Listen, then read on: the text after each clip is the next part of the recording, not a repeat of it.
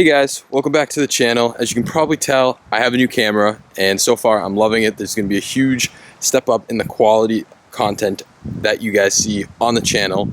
If any of you guys are wondering what camera I am using, it is the Sony a7 III, and so far it's been awesome. So let's get into today's video. In today's video, I will be installing BimLand's Performance LED interior kit for the BMW e46. BimLand Performance was nice enough to send me out a set of interior LEDs along with LED fog lights and LED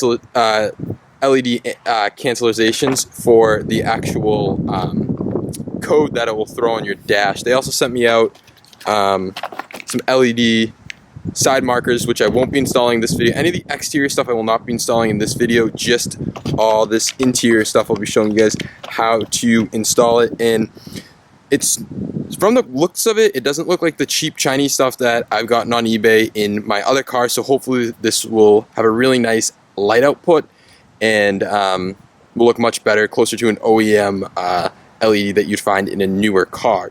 The link to these exact products will be down in the description, and this is their contact info, BimLand Performance, and there's their website, but I will be putting an exact link to these LEDs so you can buy them yourself. They are a really good deal, and if you can see closely, I'll show you better when I take them off, but this is surrounded in silicone. They look much nicer than some of the cheaper LEDs that you do find on eBay or Amazon for 10 bucks. And the price isn't that bad on these. They're pretty reasonable, so check these out in the link in the description if you want to get a pair of LED interior kit for your BMW e46. So the first LED that we're going to be the first LED that we're going to be installing is going to be in the driver's footwell. Now the only thing you really need to install these LEDs, besides the actual LEDs, is a plastic pry tool. I think you can buy it from BimLand Performance, but I just had this one hanging around. If you don't have one, it's not the end of the world, but it will be helpful for the ones that are under in the footwells and the ones that are in the back of the seat pillars. So to start off, we're going to do the footwell one. So come down to your footwell, doesn't matter which side. I'll be showing you on the driver's side.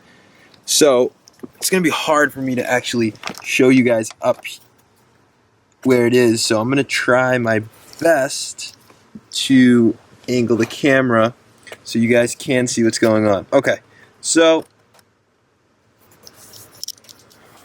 it looks like you can see up where the light is. It's right in front. If you're having trouble finding the light, it's right in front of the OBD2 port, which is right here. So what we're going to do is you're going to take mine fell out because I pulled it out, but I'm going to show you. If it's up like that, you're going to take the plastic pry tool in the front, make sure you do the front, and pry down. So you want to stick the plastic pry tool in the front of it, right where this clip is. See if I can show. Right where this clip is, you want to insert the plastic pry tool to pull this down. And now we're just going to undo the connector. It's a little difficult in one hand. Alright, so now that I have the connector, the actual light out, I'm going to set you guys up on the tripod and show you guys actually how to replace this bulb. So now that you have your light, you want to take it out, unplug it, and I showed you guys how to do that. And now what you want to do is slide this piece off, and it slides this way towards the connector, and it comes right off. Now I'm already replacing an LED that I've already had. These were blue ones that I did not like, so I will be putting in pure white ones. And to pull these out,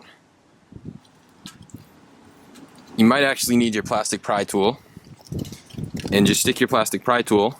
This one's kind of big, but pops right out. And there's my old one. And if you're coming from a halogen, it's going to look slightly different, but here is my new BimLand Performance one. And you're going to slot it in just like that, push in, and it aligns. Now here's the tricky thing.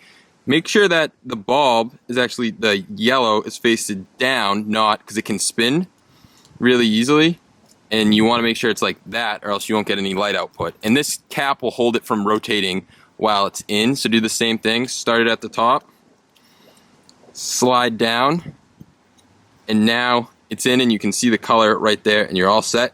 And now let's install this back in the car. Now to put this back in, it's just the reverse of what we did. So what we're going to do is we're going to grab the cable, plug it in. The connector only goes in one way. So just line it up. Make sure the bulb's facing down, which it is. And when you put it back in, start with the back towards the front of the car. Make sure the cable's snaked up all the way. Start with the back and push up, and it clicks into place. Now let's see if it works. I'm just going to push my interior center console to see if it works. If it does not work, LEDs are positive. For the most part, they have positive and negative, so just flip the order around. I'm not too sure how it works on, I mean, these are more high quality LEDs, but I'm assuming they work the same as just regular LEDs, that one way's positive, one way's negative, so you have to, if it's not working, just flip it around and it will work. So the next thing, we're gonna move up to the center, the overhead center lights. There's 3 lights in here that we're all gonna replace with LEDs, pure white LEDs. And again, you're gonna need your plastic pry tool for this. And what I recommend is just getting the pry tool right up there on the right hand side and on the left hand side. And right here, you're gonna also wanna release this tab right here, push in on each side and pull out. And then I'll give you a close up of how to actually replace the LEDs in the top light. So now that you has taken this out, you want to find your 3 LEDs that look something like this, the ones that have the 2 tabs and the silicone on the outside. And what we want to do is we want to just take one of these and twist it and pull out. If you have a halogen bulb, whatever, just pull it out just like that. That's fine. And you're left with this little socket connector. And then you're going to want to take one of your LEDs. Now, same thing here. You will not know which one's positive or negative. It does not say anywhere on it, but you're just going to want to take it and push in. And now we are going to take our light receiver that we have that actually holds the light housing, and we're going to push it in and twist, and we're going to do that for the other 3. I'll just fast forward through a time lapse of doing this.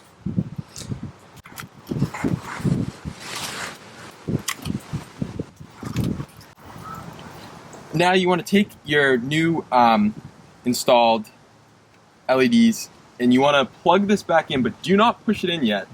You push the connector in, but do not push this back up here. I'm going to take a moment to test my LEDs. That one does not work. That one works, and that one works. So my middle one did not work. As you see, I press the button, nothing happens. So that means my LED is flipped around. So I'm going to pull out the LED and just do a 180-degree flip and push them back in. Like I said earlier, because LEDs are negative and positive, unlike halogen that can accept current both ways, these can only accept current one way, and I put it in the wrong way, and there's no way of knowing until you just, the guess and check sort of situation. So let's put this one in. So now that that's making contact, I can push this one back in. And you gotta work really good. Make sure it's just pushed up all the way, and all you do is push up, and it's in. That one works, and that one works. Alright, so now once you're down at your glove box, you're going to open up your glove box, and right here is your glove box light. They did supply an LED. It's the same LED that you would use in your Footwell to put in the glove box. So what I recommend, plastic pry tool, come in from where the passenger door is, because there's a clip there. Pull out the bulb, as you can see right here. This one's actually pretty tight, so you can push right here and allow the bulb to slip out.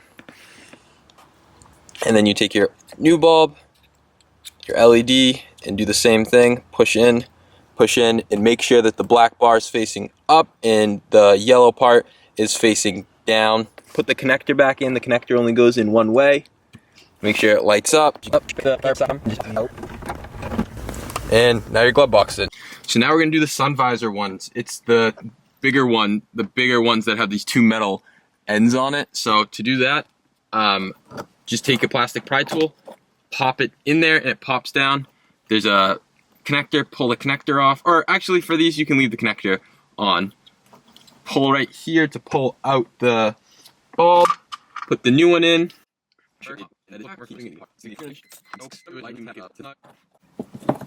and push it back in, and when I open it, I have LED light up there, and that is done. Now we'll move back to the C-pillars to show you guys how to do that.